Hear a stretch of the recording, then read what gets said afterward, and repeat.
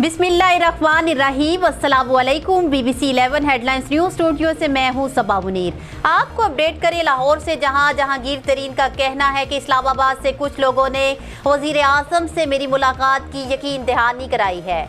लाहौर में अदालत पेशी के मौका पर मीडिया से बात करते हुए जहांगीर तरीन ने कहा कि कोई शेयर होल्डर्स मेरे खिलाफ मुद्दई नहीं, सब मुझसे खुश हैं। मेरे खिलाफ मुकदमा फौजदारी नहीं, ये केस FIA का नहीं है, ये SECP और FBR के केसेस हैं। अदालत से इंसाफ जरूर मिलेगा। इमरान खान के साथ खड़ा हुआ तो नून लीग ने मेरे कारोबार की छानबीन करके नोटिस भेजे, लेकिन नून लीग ने भी सिविल केस को फौजदारी केस नहीं बनाया।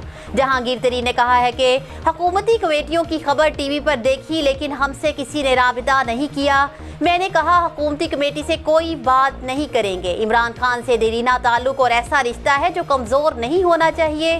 मैंने और इमरान खान ने मुश्तरका जिदोजहद की है। मेरी जानिब से साथियों को दावते अफ्तार दी गई थी। इसे एक दिन पहले इस्लामाबाद से कुछ लोगों ने राब्ता किया और यकीन दहानी करवाई कि आपके ग्रुप की चंद दिनों में वज़ीर आज़म से मुलाकात होगी। इस मौका पर जहांगीर तरीन के हामी और सूबाई वज़ीर नुमान लंगड़ियाल ने कहा कि वज़ीर आला पंजाब ने यकीन दिलाया है कि मामला जल्द हल हो जाएगा। दूसरी जानिब एडिशनल सेशन जज हामिद हुसैन ने शुगर मिल्स के जरिए मनी लॉन्ड्रिंग के 2 मुख्तलिफ मुकदमात में जहांगीर तरीन और अली तरीन की अबूरी जमानतों पर समाअत की। अदालत ने जहांगीर तरीन और अली तरीन की जमानत में 3 मई तक तौसीह कर दी। न्यूज़ स्टूडियो से फिल वक्त इतना ही। मज़ीद तफसीलात और अपडेट्स के लिए देखते रहिए BBC 11 हेडलाइंस न्यूज़।